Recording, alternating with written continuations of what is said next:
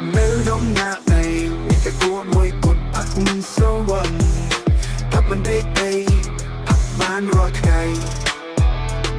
ផាក់ដូររង្វាន់បានមិនពួតទេបាត់សំខាន់គេហៅគឺកុំដកគេសាយដាឬគេសបាយផាក់អមានខ្វល់ខ្វាយចង់មានជើងចាំមិនតែបើមើល Facebook ផ្លេតឃើញតលើភ្នំ5ពី post story គេតែស្រាបៀរនៅសាច់ខ្លាយបងហោពេលណានិយាយតែរឿងគ្មានអ្នកអត់ជាមួយផឹកតែអ្នកឯងធ្វើឲ្យចិត្តខ្ញុំនេះកតុកចំបាយចង់ជិះម៉ូតូ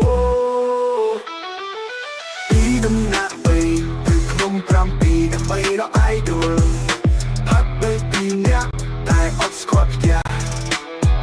idol បានត្រឹមតែមើល story idol បងទៀតសុំតោផង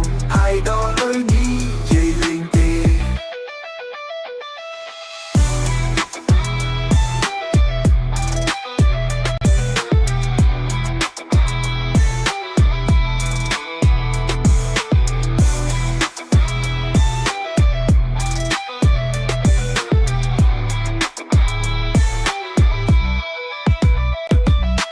នៅដំណាក់បីមានតែគួរមួយគត់ផាក់មិនស្រវឹងផាក់មិនដេកទេផាក់បានរាល់ថ្ងៃផាក់ដូររង្វាន់បានមិនពួតទេបាត់សំខាន់គេហៅគឺកុំដកគេសាយដាឬគេសបាយផាក់អមានខ្វល់ខ្វាយចង់មានជើងចាំ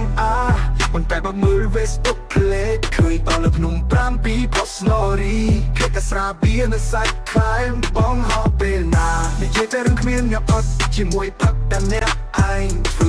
ឲ្យចិត្តខ្ញុំនេះកតុកចំបាយចង់ជិះម៉ូតូពីដំណាក់បីទៅភ្នំ5ពីដើម្បីរក idol ផឹកបីពីអ្នកតែអត់ស្គាល់ផ្ទះ